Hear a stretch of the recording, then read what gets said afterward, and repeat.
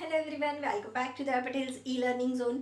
Friends, આજના લેક્ચરની અંદર આપણે બહુલક વિશેની તમામ માહિતી મેળવીશું. બહુલક વિશેના કયા કયા સૂત્રો છે, ક્યારે કયા સૂત્રો વાપરવા એ વિશેની વિગત ઓલરેડી આપણે લાસ્ટ લેક્ચરમાં ચર્ચા કરી ચૂક્યા છીએ.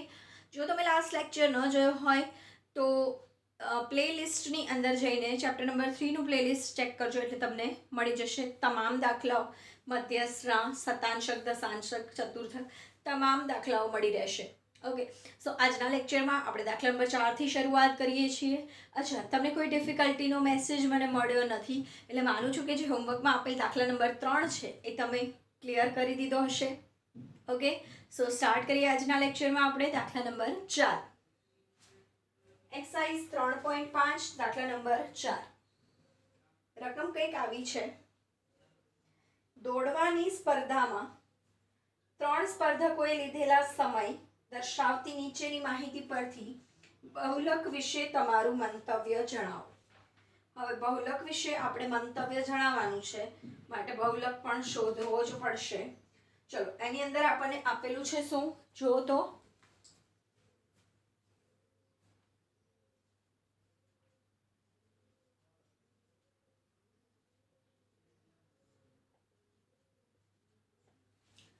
માહિતી કેવી છે? અવર્ગીકૃત. 25.2, 26.5, 28.6, 32.1, 29.0, 29.3, 31.3 અને 27.8. બરાબર છે. તો આપણે આ અવલોકનોને ચડતા ક્રમમાં પહેલા તો ગોઠવી દઈએ. બીજું કે અહીંયા આપણે બહુલક વ્યાખ્યાની રીતે નથી શોધી શકતા. આપણે અહીંયા બહુલક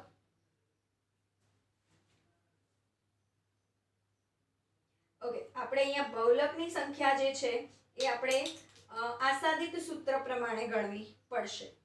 બરાબર છે. ચલો, તો જે પણ આપેલ અવલોકનો છે એને પહેલા આપણે ચડતા ક્રમમાં ગોઠવી દઈએ, કેમ કે આપણે x બાર અને m બંને શોધવું પડશે.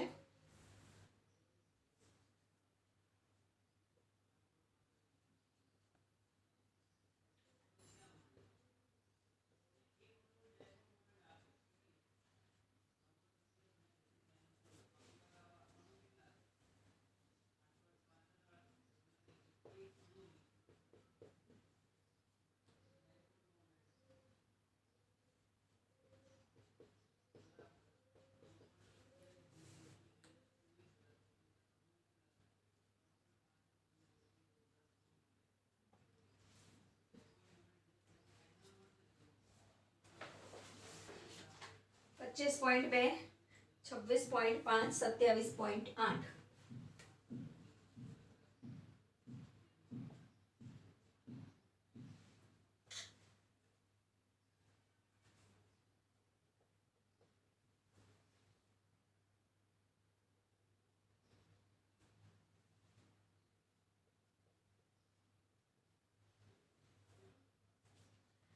અચ્છા, એ તો ખબર પડી ને કે કેમ આપણે આસાદિત સૂત્ર વાપરીશું.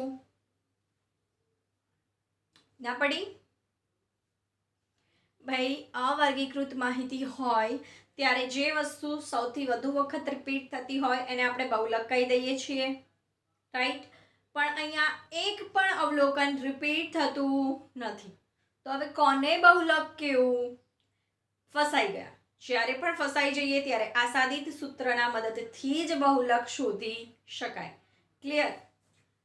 અચ્છા, હું લખતા જ ભૂલી ગઈ છું. આપણે અહીંયા ઉપર લખવું હોય તો લખી શકાય. એક પણ અવલોકન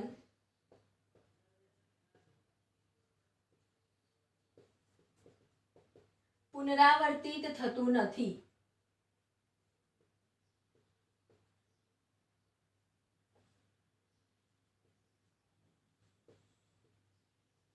માટે અહીં આસાદિત સૂત્રની મદદથી બહુલક શોધી શકાશે. ક્લિયર? ચલો, 27.8, એના પછી 28.6, જોડે જોડે હું ચડતા ક્રમમાં પણ ગોઠવતી જઉં છું. 28.6, એના પછી 29 અને 29.3,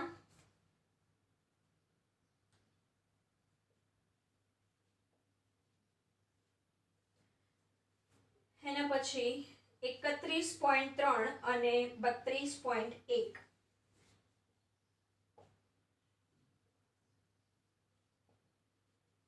રેડી? આ બધું જ આપણું છે અવલોકનો. ફરી એકવાર જોઈ લઈએ. અહીં અવલોકનો આપેલા છે 1 2 3 4 5 6 7 8. ડન. 8 અવલોકનો આપેલા છે. તો આપણે જોઈ લઈએ કે અહીં 8 અવલોકનો થયા કે નહીં. 1 2 3 4 5 6 7 8. ડન. ચલો 25.2, 26.5, 27.8, 28.6,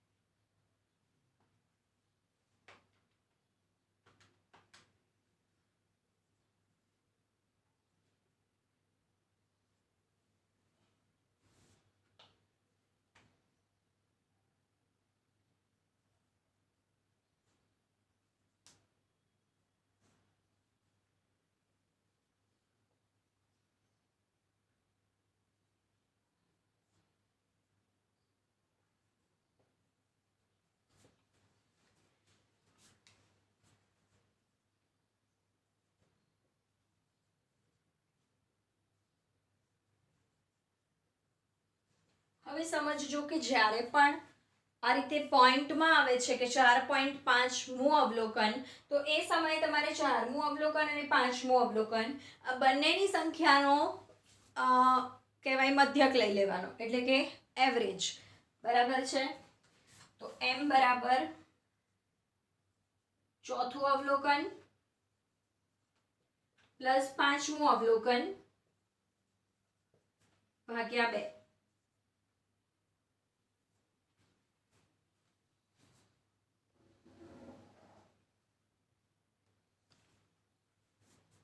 ચોથું અવલોકન 1 2 3 4 28.6. ખાસ યાદ રાખજો ચડતા ક્રમ વાળું જ લેવાનું છે. અને 5મું એટલે 29 ભાગ્યા 2.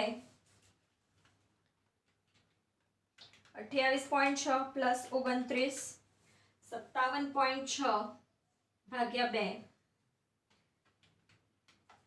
તો જવાબ આવશે 28.8. હવે આપણે બહુલક શોધી લઈએ. 3 માણસોના 2 બાર. બરાબર? સૂત્રો છે 3 માણસોના 2 બાર.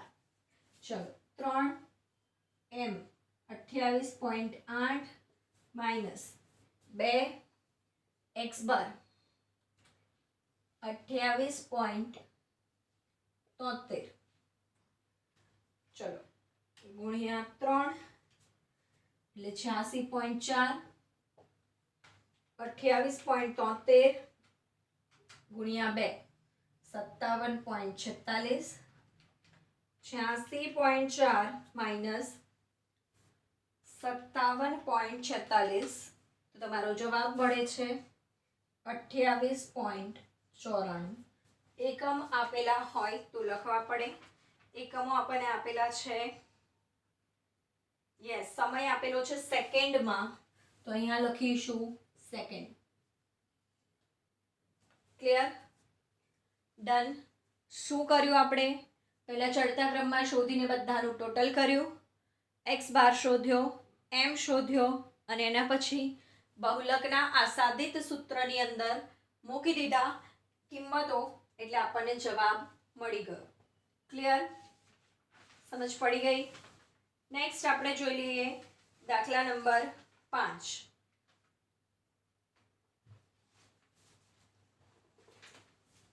દાખલા નંબર 5 આપણને શું કહે છે? તો કે નીચેનું કોષ્ટક એક બાગમાંથી એકત્રિત કરેલા 86 સફરજનો વજનની માહિતી આપે છે અને તેનો બહુલક શોધો. અહીં આપણને 120 થી 130, 30 થી 40, 40 થી 50, 50 થી 60, 60 થી 70, 70 થી 80 વર્ગ લંબાઈ બધાની સરખી છે. નેક્સ્ટ આપણને આવૃત્તિ જોવી પડશે. આવૃત્તિ પણ મહત્તમ વાળી એક જ છે, માટે અહીં આપણે બહુલકના સૂત્રની મદદથી જ દાખલો ગણીશું. ઓકે, મોટું સૂત્ર જે લખાવેલું FM વાળું એનાથી દાખલો ગણાશે. ચલો ગણીએ.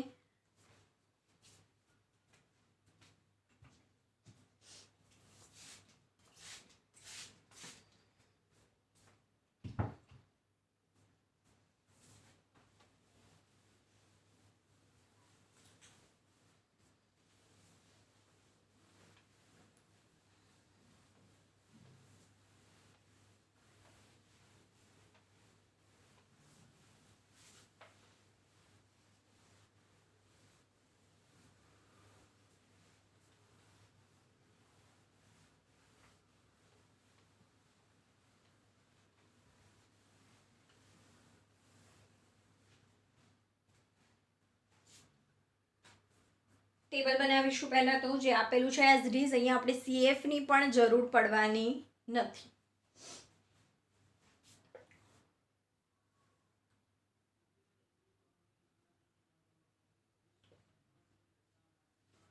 દાખલા નંબર 5, સફરજનનું વજન, સફરજનની સંખ્યા.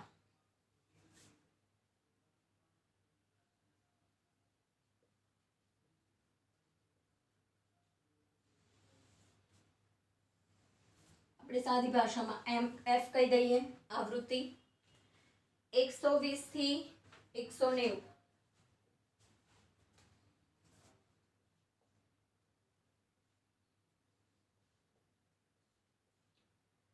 જો એક પણ વર્ગ લંબાઈ આગા પાછી થાય તો આપણે આસાદિત સૂત્ર જે છે એ લેવું પડે.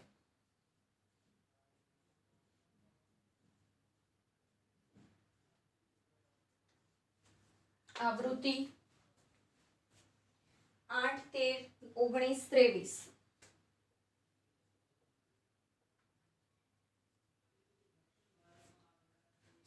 દસ, 8, 5. ચલો, મહત્તમ આવૃત્તિને કહીશું FM, એનાથી ઉપરને કહીશું F1, એનાથી નીચેને કહીશું F2. આ વસ્તુ ખાસ ધ્યાન રાખજો. આ આપણો વર્ગ છે તો એને આપણે L કહીશું, વર્ગ લંબાઈ 10. સૂત્ર મૂકી દઈએ બહુલકનું. L plus FM minus F1 upon 2FM minus F1 minus F2 ગુણ્યા C. આ સૂત્ર છે. ચલો, L એટલે 150, FM એટલે 23, F1 એટલે 19,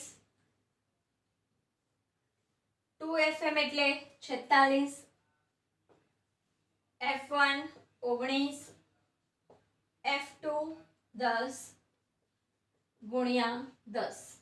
10 10 ઉડી જાય? ના ઉડે ના, કોઈને કહેતા ના. હા, ચલો, 150 પ્લસ 23 માંથી 19 જાય અને ગુણ્યા 10 એટલે 40 ભાગ્યા 46 માંથી 19 અને 10 જાય 17. 40 ભાગ્યા 17 2.35, 152.35 એકમ લખી દઈએ. એકમ આપણને આપેલું છે યસ ગ્રામ. સફરજનોનું વજન એટલે ગ્રામ, બરાબર. નેક્સ્ટ હજુ આ જ દાખલામાં આપણને કીધું છે કે આલેખની રીતે બહુલક મેળવો. એટલે આ જ દાખલાની અંદર આપણે આલેખની રીતે બહુલક મેળવીએ. હવે જ્યારે પણ સમજજો, આલેખની રીતે બહુલક શોધવાનો કીધો હોય તો તમારે આવૃત્તિ y અક્ષ પર લેશો અને દરેકમાં આપણે જનરલી એ જ કરીએ કે x ને x અક્ષ પર લઈએ. એટલે કે જે આ આપેલું છે એને આપણે x અક્ષ પર લઈશું.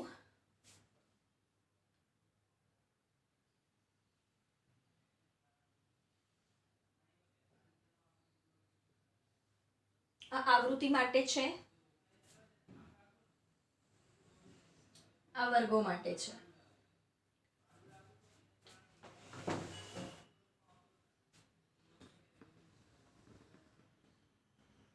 ઓકે, સો આને આપણે કહીશું y dash, y 0 x x dash.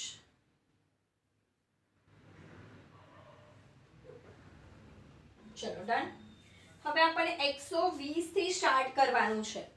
Direct 0 થી 120 માટે અહીંયા જમ્પ મારવા માટે આપણે સ્પ્રિંગ લઈશું. કેમ કે જનરલી જો અહીંયા હું 120, 130, 140, 150, 160, 170, 180 અને 190. હવે આ બધાની વચ્ચે કેટલી ગેપ છે? 10 10 ની. બરાબર છે. જ્યારે આના વચ્ચે કેટલી ગેપ છે? આના વચ્ચે કેટલી ગેપ છે? 120 ની.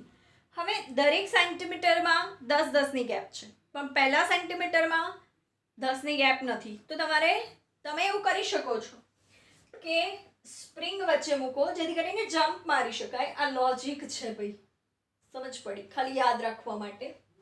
જ્યારે પણ તમે 0 થી ડાયરેક્ટ ક્યાંક કૂદકો માર્યો છે તો તમારે આ નિશાન અહીંયા મૂકવું પડશે, જેથી કરીને સમજ પડે કે આપણે ડાયરેક્ટ માપ લીધેલું છે.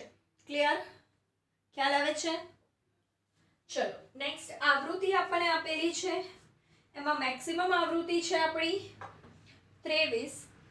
23 છે એટલે આપણે 1 સેન્ટીમીટર બરાબર 2 લઈ લઈએ. 1 સેન્ટીમીટર બરાબર 2 એટલે 12 સેન્ટીમીટરમાં આપણો આલેખ પૂરો થાય.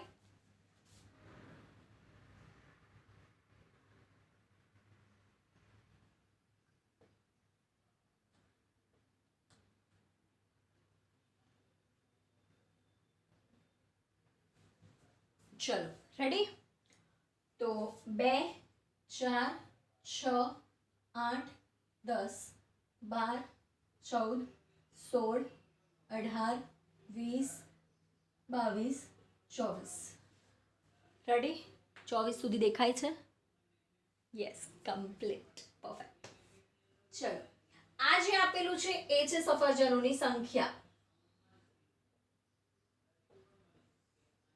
નીચે આપણે લઈ લીધું વજન. હવે આપણે શું કરીશું? ખાસ ધ્યાન રાખજો, નોર્મલ આલેખ કરતા આ ઘણો અલગ છે. સૌથી પ્રથમ 120 થી 130 માં કેટલી છે આવૃત્તિ? 8. તો આપણે 8 નો સ્તંભ દોરીશું.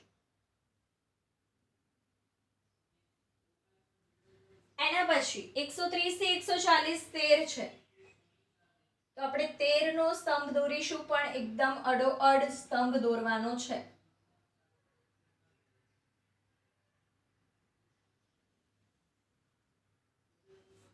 આ રીતે. નેક્સ્ટ 140 થી 150 એટલે આ રહ્યું 19, 18 ઉપર અડધું,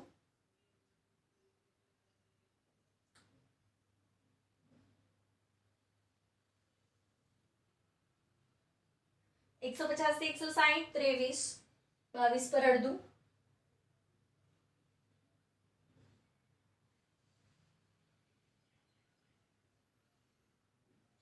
નેક્સ્ટ 160 થી 170 10,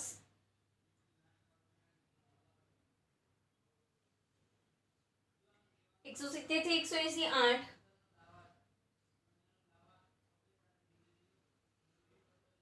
180 થી 190 5,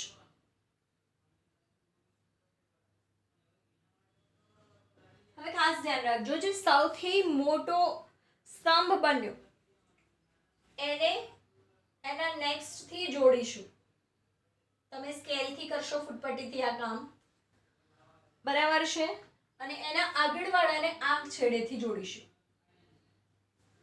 જે આલેખ સૌથી મોટો છે, જે ગ્રાફ, જે સ્તંભ સૌથી મોટો છે, એને આ રીતે એના આગળ અને એના પાછળવાળાથી જોડો. જે પણ તમને અહીંયા માપ મળ્યું, જ્યાં એ બે રેખાઓ છેદે છે, એ જે માપ તમને મળે છે તમારો બહુલક છે.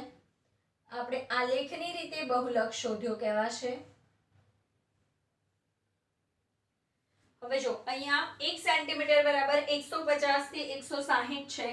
તમારે જોવાનું કે 150 પછી કેટલા ખાનાઓ ગયા, બરાબર, કેટલા ખાનાઓ ગયા. તો આ બાજુ મને એક્ઝેક્ટલી ખાનાઓ ખબર પડતી નથી, કદાચ 2 હશે કે કદાચ 3 ખાનાઓ હશે. જો 2 ખાના હોય તો તમારો જવાબ 152 ગણાશે. જો 3 ખાના હોય તો જવાબ 153 ગણાશે. મિત્રો, ચાહું તો હું પાછળ જવાબ જોઈને લખી શકું છું, મારે એની જરૂર નથી. તમે તમારી જાતે ગણજો. જ્યાં પણ આ રેખા ટચ થાય એના આ કેટલા ખાના છે? 2 છે તો જવાબ 152, 3 છે તો જવાબ 153. આ ખાસ ધ્યાન રાખજો. ક્લિયર? સમજ પડે છે? ડન. આની અંદર તમે જે પ્રમાણ માપ છે એ આપણે જે રીતે આગળ લખ્યા હતા એ જ રીતે લખીશું. એક્સ અક્ષ પર 10 ગ્રામ અને વાય અક્ષ પર 2 નંગ. અહીં લખી દઉં છું નીચે, જનરલી અહીંયા ઉપર લખવાનું હોય. એક્સ અક્ષ બરાબર 1 સેન્ટીમીટર બરાબર 10 ગ્રામ અને વાય અક્ષ પર 1 સેન્ટીમીટર બરાબર 2 નંગ. કેમ કે આ બાજુ સફરજનોની સંખ્યા છે, આ બાજુ વજન ગ્રામમાં છે. ક્લિયર? ડન. પરફેક્ટ. સમજ પડી ગઈ? ચલો તો ફિર આજના લેક્ચર માટે રજા લઉં. નેક્સ્ટ લેક્ચરમાં ફરી મળીશું નવા દાખલા સાથે. Thanks for watching. જય હિન્દ, જય ભારત.